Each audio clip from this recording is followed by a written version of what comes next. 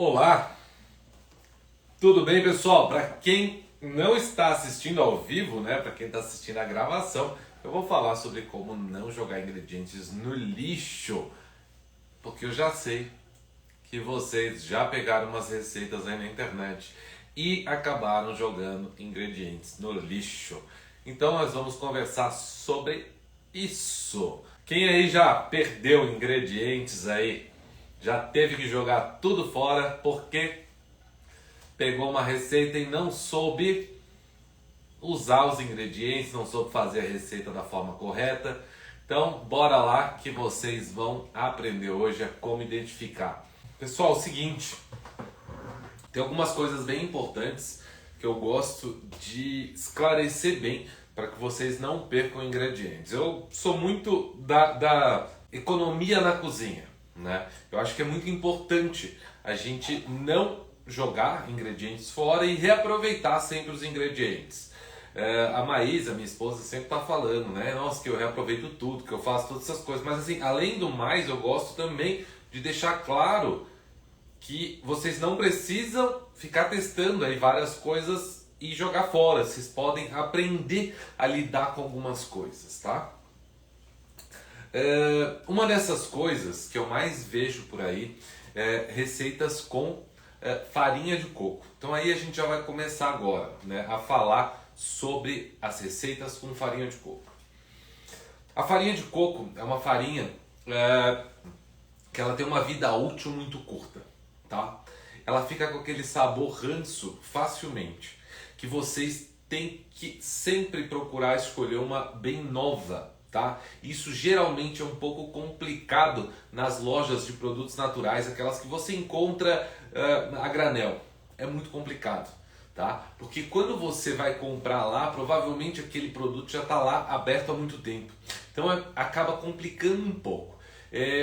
Eu sempre faço o seguinte, né? Eu compro farinha de coco e já coloco no freezer, pelo menos metade dela, o restante geladeira, que daí ela raramente, dificilmente vai estragar. Na verdade, raramente não, nunca vai estragar, pelo menos aqui comigo nunca estragou, porque eu uso com bastante frequência. Então não tem problema você guardar no freezer ou na geladeira, tá?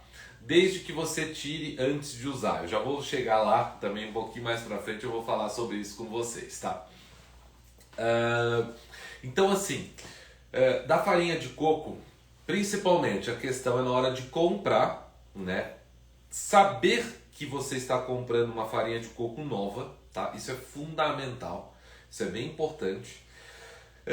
Às vezes é até melhor você comprar de alguma empresa, uma embalagem fechada, tá? Que ela tem a data ali que você pode confiar. Dessas casas de produtos naturais é muito difícil você saber a data exata, tá? Infelizmente é complicado.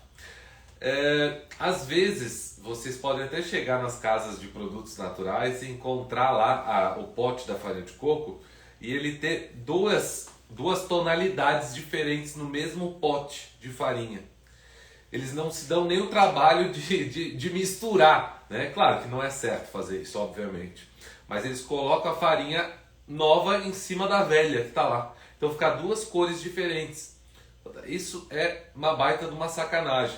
Sendo que contamina, né? A antiga contamina a nova e você tem só farinha de coco velho.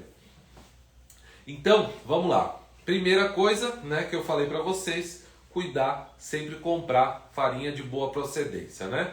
Vocês já sabem, né? Se fala aqui, eu compro ingredientes online, eu pego lá, né? Nunca deu problema. Eu também compro, às vezes, nas casas de produtos naturais, eu peço farinha de coco, mas eu peço o pacote fechado. Eles geralmente têm pacote de 1 quilo fechado, tá?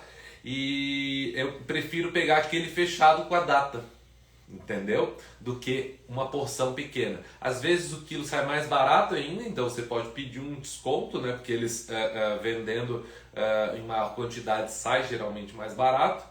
E você, né, porciona em casa para usar. Outra coisa que a gente vai falar aqui é o seguinte: a farinha de coco é diferente, a farinha de coco branca da farinha de coco marrom. Ou, né, tem até aquela farinha de coco que ela é meio a meio, tá?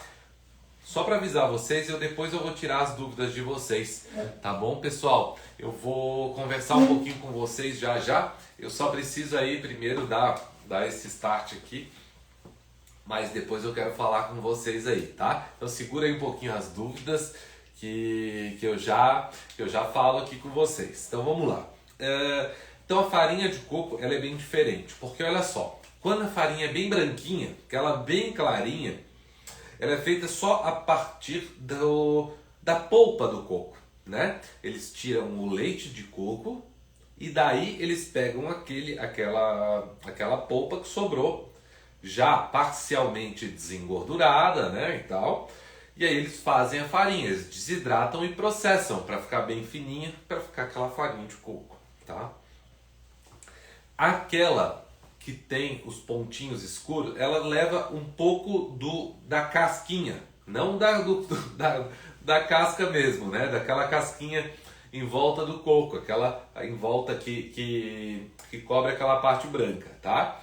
E a outra farinha, a marrom, né? Aquela que é bem marrom, ela além de tudo, ela ainda é torrada.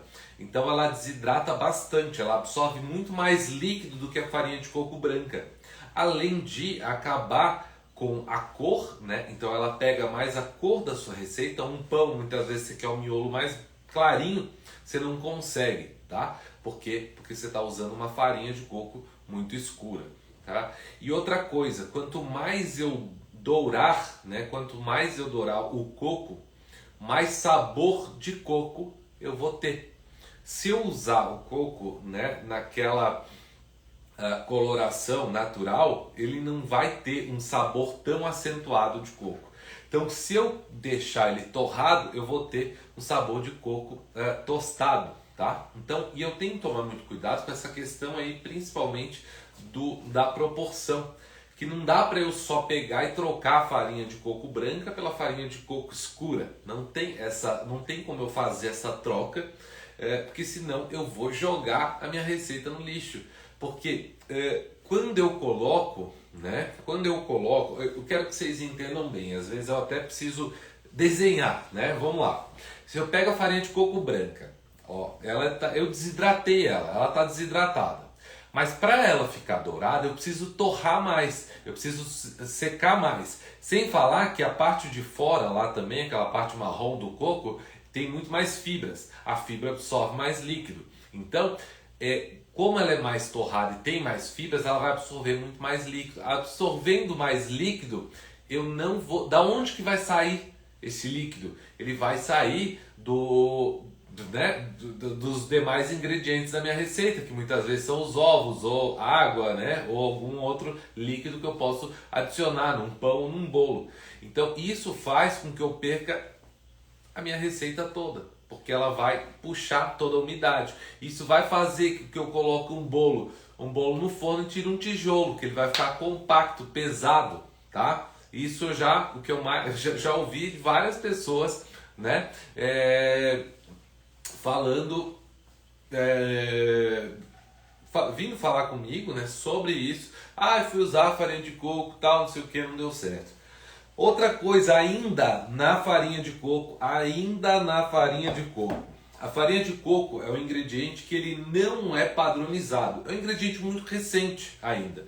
Então olha só, a farinha de trigo, né? A farinha de trigo, ela quase que é padronizada, digamos assim, né? Se eu usar uma xícara numa receita e uma xícara na outra receita, de outra farinha de trigo, né? Se eu pegar duas farinhas de trigo diferentes e usar uma xícara, né, ou outra, não vai dar diferença nessa receita. Só se eu usar uma farinha diferente de uma farinha italiana, enfim, vai dar uma diferença, mas a diferença é pequena. Quando eu tenho um ingrediente low carb, no caso a farinha de coco, a diferença é muito grande, porque eu tenho os ingredientes que não são padronizados. Então, às vezes eu tenho uma farinha de coco que ela é mais grossa, outra que é mais fina, outra que ela é mais desidratada, outra que ela não é tão desidratada. Então a diferença é muito grande. Então, o que eu aconselho sempre a fazer? Você viu lá na receita, 30 gramas de farinha de coco, tá? Pede lá um pãozinho low carb, 30 gramas de farinha de coco. Eu vou colocar 20 gramas, 15 gramas aproximadamente e vou avaliar a textura da receita, tá? Se a receita tá, se ela pegou, tá firme, né? Tá bem firme, é sinal que eu não tenho necessidade de adicionar mais ainda, tá? Principalmente em receitas de bolo, né? Que eu tenho que tomar muito cuidado, porque a farinha de coco ela estraga completamente o bolo, né? Óbvio que o pão também, mas só que o pão, como tem outros agentes espessantes, né? No caso, às vezes nós usamos xantana, psyllium, que ajudam, né, nessa estrutura. A farinha de coco ela suga o líquido, né? Então ela tem a função, né, de remover o excesso de umidade das massas, e no caso, né, de um bolo, se eu usar demais ele vai deixar esse pão muito maçudo, muito pesado, tá? E não vai ficar legal. Então eu coloco sempre ali 50%, 60% da quantidade e vou adicionando aos poucos ainda se necessário. Só que não adianta eu colocar e né, já querer, tá bom. Não, calma. Coloca ali, mistura na massa, um minutinho, espera um pouco, porque ele ainda vai absorver. Depois, se necessário, eu coloco mais um pouco, espero mais um minutinho, tá? Só que aí ainda não coloquei o fermento, é claro, né? Porque o fermento ele já começa esse processo de reação após o contato com o líquido, tá ok? Então vamos lá. Essa da farinha de coco é uma das que eu tenho certeza que para vocês vai já evitar muito que vocês percam o bolo, né? Porque vocês vão evitar usar uma farinha ruim, né? Prova sempre, óbvio, né? A farinha de coco tem que provar sempre ela, ver se ela tá com cheiro normal, se ela tá com sabor neutro, porque ela fica com aquele sabor ranço com muita facilidade, né? Porque é uma farinha que ela não tem um processo industrial, né? Então é uma farinha que ela não tem uma data de validade muito grande, tá? Então prova sempre antes, que vai evitar, né, que você use uma farinha ruim, uma farinha já com aquele sabor, tá? Então vamos lá, pessoal. Outra dica aqui para vocês, outra dica não, né? Outra salvando a vida de vocês, aí vou salvar a vida. Usar os ingredientes em temperatura ambiente, tá? Os ingredientes em temperatura ambiente. Mas por que, né, chefe? Por que usar os ingredientes em temperatura ambiente? Mas nós não devemos guardar os ovos na geladeira? Sim, pessoal, sim. Vocês devem guardar os ovos na geladeira. E assim, para vocês, tá, prepararem a receita, é sempre importante vocês tirarem os ovos antes, tá? O ideal é que seja ali, dependendo, né, da temperatura, depende um pouco da temperatura do ambiente, mas tira ali uma horinha antes da geladeira, que eu não posso, tá, usar os ovos muito gelados, tá? O ideal em dias muito frios é tirar até com uma certa antecedência maior, tá? Até com mais antecedência. Por quê? Primeiro, quando eu uso os ovos gelados, eu não consigo o máximo poder de aeração deles, o máximo poder de sustentação, tá? Então eles me ajudam, mas parcialmente. Tanto que vocês podem fazer o teste, pega uma clara em neve gelada e faz uma clara em neve com uma clara gelada e faz uma clara em neve com uma clara em temperatura ambiente.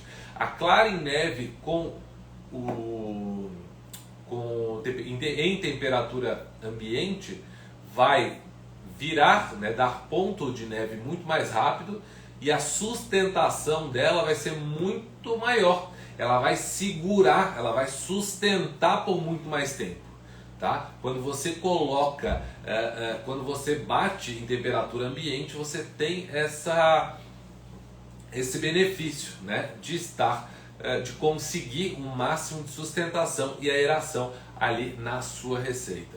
E tem tem outras questões, óbvio aí, mas uma delas, tá, é que quando você usa ovos gelados, só um exemplo, né? Eu pego lá os ovos da geladeira, coloco no liquidificador, tá, 6 ovos a receita. 100 gramas de manteiga derretida, né? Tô só dando um exemplo.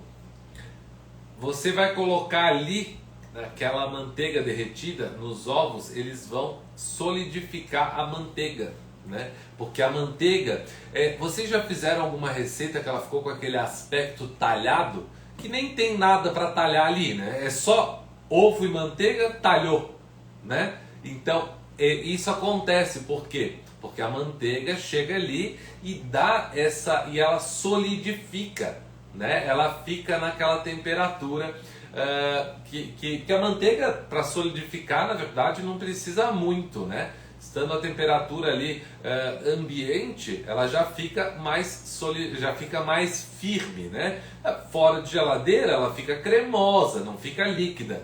Mas se a gente diminui um pouquinho mais a temperatura, ela já fica aquela com aspecto sólido, né?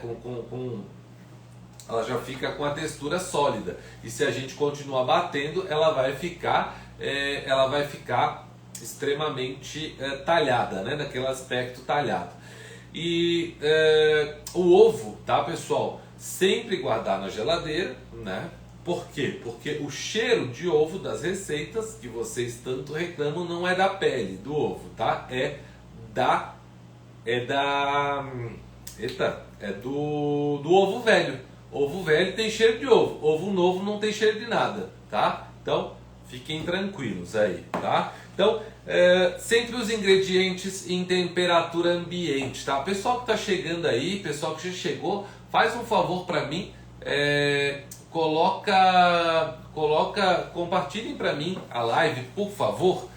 Deixa eu dar uma olhadinha aqui, ó. Pera aí.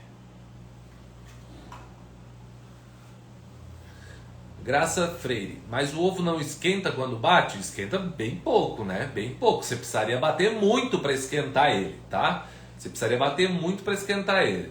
Fiz o seu bolo de cenoura com ovo gelado e ficou super fofinho. Bom, ótimo, pode acontecer, pode acontecer. Só que a gente está conversando assim, ó, olha só, tô dando o caminho para você. Você está fazendo errado e deu certo. Você vai seguir fazendo errado? Não. Pô, você sabe que tem um caminho ali que você pode não errar mais. Talvez um outro bolo você vai errar, então você não faz mais isso. Pega, tira os ovos, deixa temperatura ambiente para usar, tá ok? Óleo de coco também talha, com certeza, porque ele solidifica numa temperatura mais baixa, tá? Vamos lá, pessoal, mais uma outra coisa agora aqui, ó. Não sei se vocês já sentiram um sabor na farinha de linhaça, aquele sabor de camarão, ou sabor de peixe, um sabor meio estranho, tá? A farinha de linhaça, quando ela não é feita em casa, ela tem esse aroma, ela tem esse sabor, porque é farinha de linhaça oxidada, tá? E eu vou te contar que ela só tem esse cheiro, esse sabor, né, quando você não faz ela em casa, ou quando você bate demais ela, tá? No liquidificador, você oxida muito. Então, fazer a farinha de linhaça na sua casa evita que você fique, né, que você deixe aquele sabor da linhaça, sabor ruim da linhaça na sua receita, tá? Então, na verdade, assim, eu tenho receitas só com farinha de linhaça e farinha de coco. Isso é até para quem fala que low carb é caro, né? Eu tenho pão só com farinha de linhaça e farinha de coco. Fica maravilhoso, para falar a verdade, tá? Então, nesse caso, se eu comprar farinha de linhaça, eu posso ter esse sabor, tá? Então vale sempre a pena você comprar a linhaça, semente de linhaça também via data, né, direitinho, e pegar e fazer na sua casa. Deixa eu só mostrar até, ó, eu sempre pego daí um pote leitoso não que seja branco, cor de leite, mas que ele não passe a iluminação, tá? Porque a iluminação também facilita a oxidação. Então eu pego aqui e coloco a minha farinha de linhaça, inclusive está acabando aqui, coloco minha farinha de linhaça dourada e geladeira. Geladeira para diminuir o processo de oxidação também, tá? Lembrando que eu tô com um pote desse tamanho porque eu não tô em casa, né? Tem um estúdio, então eu tô no estúdio. No estúdio é só para isso mesmo. Vamos lá. Qual farinha vocês preferem? Ó, eu fiz uma receita com farinha de amêndoa, mas não curti o sabor. Fica muito forte o gosto de amêndoa.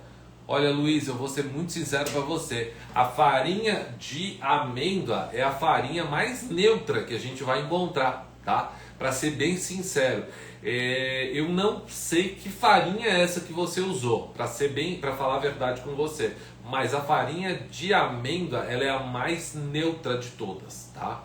A farinha de linhaça ela já tem mais sabor, farinha de coco tem mais sabor, farinha de castanha de caju tem mais sabor, qualquer outra farinha tem mais sabor. A farinha de amêndoas é a mais neutra que você vai encontrar, para falar a verdade. Eu acho até que talvez a farinha que você comprou, talvez tenha alguma, ela seja torrada, não sei, tá? Mas não é normal a farinha de amêndoas ter sabor, tá? Para ser bem sincero, tá ok?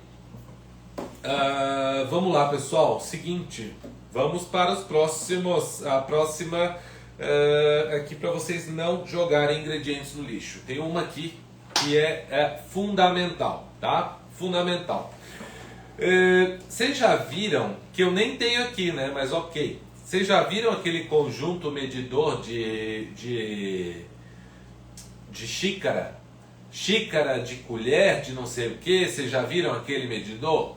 O medidor daquele, né, vai custar o quê? Uns 15 reais? 20 reais? Né? Então tá, eu já estou aqui quebrando uma objeção de vocês. Porque muitos vão dizer, eu não vou comprar uma balança. Eu não quero que você compre aquele negócio de 15, eu quero que você compre uma balança de 30, que você vai gastar só um pouquinho mais. Então, balança, pese os ingredientes. A diferença de uma receita em colheres ou em xícaras é muito diferente, tá? Só para vocês terem noção, quando eu pego colher de sopa, para começar, a colher de sopa tem vários tamanhos, né? Tem de vários tamanhos. E outra, quanto que eu encho dessa colher, né? A colher, a medida é para ser a medida exata raspada ali, né? Com você para ter essa medida. Mas tem algumas receitas que precisam de 30 colheres de sopa, né? Para dar a quantidade. Acaba sendo mais complicado, né? Porque você não tem você não tem como precisar exatamente quanto que você precisa. Tipo uma receita que leva 8 colheres de sopa, é muita quantidade. É muita quantidade para poder errar. Você erra muito fácil ali, tá? E sem falar que você não sabe quanto a pessoa compactou daquilo que ela está pegando. Porque no caso você tem uma farinha, né? A farinha você consegue compactar. Você pega no canto do pote, puxa, você tem uma colher compactada ali, né? O pó está bem compacto. Aí você não tem essa precisão. E assim, uma balança custa pouco. Perto do que... Vocês têm noção? Aí eu já começo a ficar doido já. Vocês têm noção que tem gente que reclama de comprar uma balança de 30, 40 conto e gasta e joga 60 conto de comida fora? 60 reais de ingredientes no lixo? Porque 60 reais muitas vezes não dá muita coisa. Dá uma receita aí que você pega por aí, é mais ou menos o que dá. Principalmente as receitas que as pessoas não usam a técnica para fazer. Tem gente que usa só uma farinha, só outra. Às vezes quando a gente faz um mix de farinhas, a gente consegue diminuir e muito a questão do custo das receitas. Porque a gente consegue colocar farinhas ali, no caso a linhaça. A linhaça, além da função, ela é uma farinha que ela entra para baratear, né? Ela tem aquela função de fazer aquele gel, de me ajudar na estrutura, mas ela também entra na função de baratear, né, o custo da receita. Eu tenho uma farinha de amêndoas que eu pago 80, 90 reais o quilo, mas eu tenho também uma farinha de linhaça que eu pago 15 reais o quilo. Quer dizer, eu pago 15 na semente, né? Aí eu faço a farinha. Vocês entenderam aí qual que é a pegada? Então é só eu pegar pesar as coisas que eu não vou ter esse problema, né? Pesando os ingredientes, vocês vão ver que vocês não vão jogar dinheiro fora, tá bom? Na balança dá muito certo. Mas também cuidado pegar a receita por aí, né? E sério, assim, às vezes não pegar receita por aí sem balança, tem gente que passa receita em xícara, em colher, aí você vai errar também, porque é muito fácil errar ali aquela receita nas colheres, né? É muito complicado. Vamos lá, pessoal. Outra coisa que bem importante, tá? Pré-aquecer, né, o forno. É assim, isso é um complemento, é um bônus que eu vou dar para vocês aqui. Porque eu sempre gosto, né? Eu tenho uma técnica, né? Uma técnica que eu sempre falo assim, ó. Quando eu vou misturar os líquidos nas farinhas, eu ligo o forno sempre. Ou eu confiro se o forno está ligado. Daí eu peguei essa mania. Agora eu sempre faço isso. Eu vou misturo os secos, misturo os líquidos. Eu vou juntar os dois, eu vou olhar se o forno está ligado ou eu vou ligar o forno. Se o forno estiver desligado, eu nem misturo ainda, né? Porque eu preciso que os ingredientes ainda, dependendo da receita, né? Eu não posso misturar. Dependendo da receita também tanto faz eu misturar, tá? Então só aí para colocar mais uma outra questão para vocês, compartilhar da minha técnica, né? Para não errar, para não ter esse problema. Tá ok? Pessoal, uma outra dica aí para vocês é o seguinte, tá? Forma, né? Forma, sempre a forma, checar a forma indicada. Quando você tem uma forma muito grande para uma receita pequena, você vai fazer aquele bolinho fininho, né? Ou um pão que não fica um pão bonito, né? Não fica aquela fatia de pão, fica um pão mais chatinho. Então, se você não tiver a forma correta, você pode fazer. E assim, não é só questão estética, é questão da textura também. Você consegue no pão, você imagina comigo, olha só, eu nem estava no script aqui, mas deixa eu falar aqui com vocês. Deixa eu até pegar aqui, deixa eu ver se eu tenho.